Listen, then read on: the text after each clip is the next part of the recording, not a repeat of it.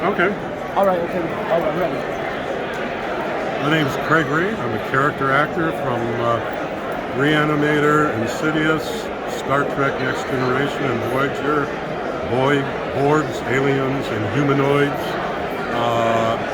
Done everything from The Call of the Wild with Harrison Ford, The Way Back with Ben Affleck, my two latest movies, Spy Hard with Leslie Nielsen, and just many others from TV, from Homefront, and everything from the 70s, 80s, 90s, and that about covers it all the way up today. I do the Hollywood show and any other conventions, cover from horror to space, Star Trek, and sci-fi. So, what are a few random facts about you? What was that? A few random facts about you.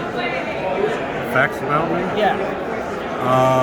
I lost my arm when I was 20 months old in a car accident. I fell out and was dragged. We did it. It was out of the suicide doors from the back seat to the front seat. Jesus. I ran, was dragged. My cowboy jacket was Roy Rogers' leather cowboy jacket. Saved me. The sleeve got hooked on the door handle, and then it popped out when the door opened and the air popped the door open. I was dragged like a tetherball bouncing around.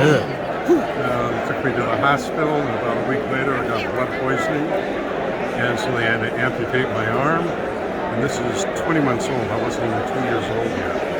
And so I used 2 of my 9 lives, and I'm a walking miracle. So that was my first stunt job, my first acting job, and I wasn't in Screen Actors Guild, so I didn't get any residuals and no pay. How about your worst fear? Huh? Your worst fear? My worst fear? I really don't have any worst fears. Yeah. I mean, I've gone through that luckily when I was 20 months old, and I didn't remember that. I remember being in the hospital recovering, but no fear of that. When you go through that, even at a young age, and it's not too much that scares me. I'm also a longboard surfer from Huntington Beach, California. Served at the Huntington Beach Cliffs and the pier, and I almost lost one of my, I used up one of my 9 lives. I was in the wintertime, and in wintertime in the Huntington Beach, it walls up to about 10-foot walls, and I was 3/4 out behind, in the back of the lifeguard tower, almost on the end of the pier, and it got overcast and foggy, and then it started walling up, and in Huntington Beach, in that area, when it walls up 10-foot cliffs, and they're about a half mile to a mile long, and then they press down. I got pulled over and sucked under. My feet hit the bottom, and when I came back up, my board was on the beach, and it took me about 3 crushes in there, and it just stiffed up my body and made it look like a piece of driftwood, and I got pushed back in there. So that was it. So that was the only thing that kind of scared me, but I had my head, was I would have been food for fish. But that was the only time that really concerned me. But after all that, I never go into the big waves. I lost that motivation to be a big macho surfer. So I like the small stuff, 3 to 4 feet, and that's it. And how about a pharaoh, king, or a god? What was that? Would you be a pharaoh, king, or a god? Pharaoh, king, or god? I would be neither. I just like to be a regular person. I don't have any of that stuff. Well, I'm a character actor, and so I see what it does. But the fame and fortune is not that.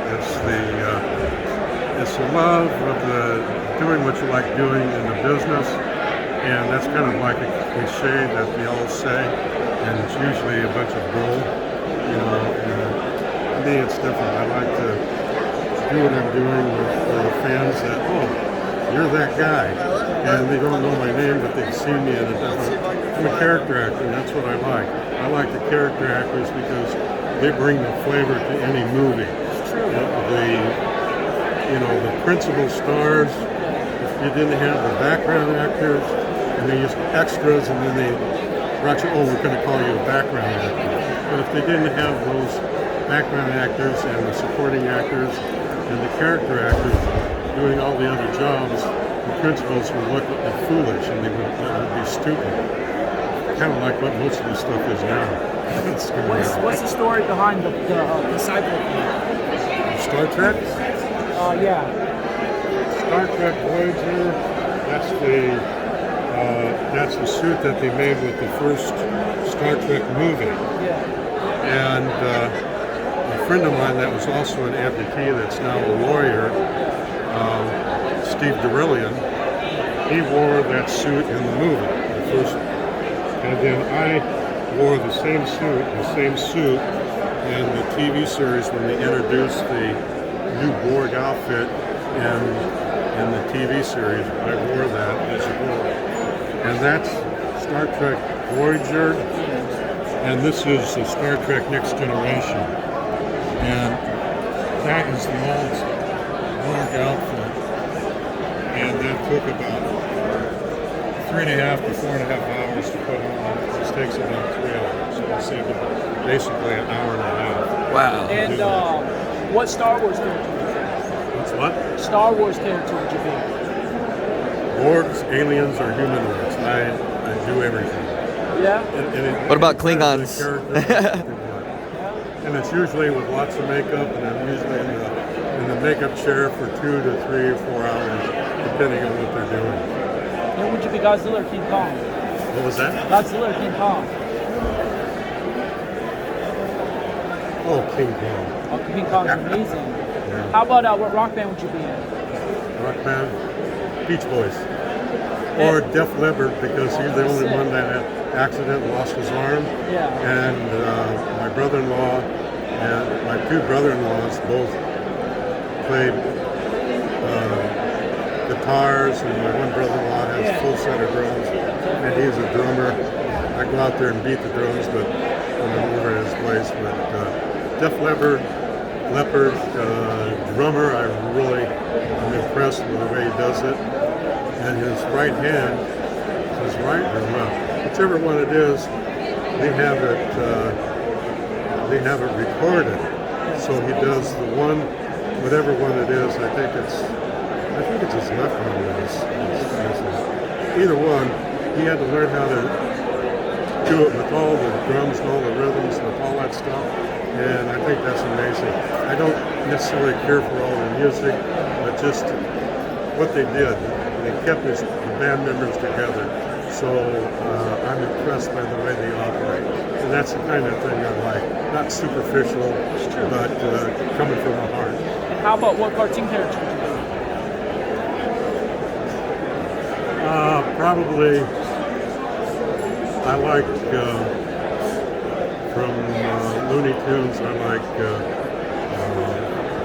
Coyote and Yosemite Sam. Oh, they're amazing. Have you met the actors? No. And how about what movie you wish you could have made? The one that I'm going to get a contract to play in. Yeah? Oh, you mean old movies? Probably any of the great westerns. I love westerns. Oh, Clint Eastwood.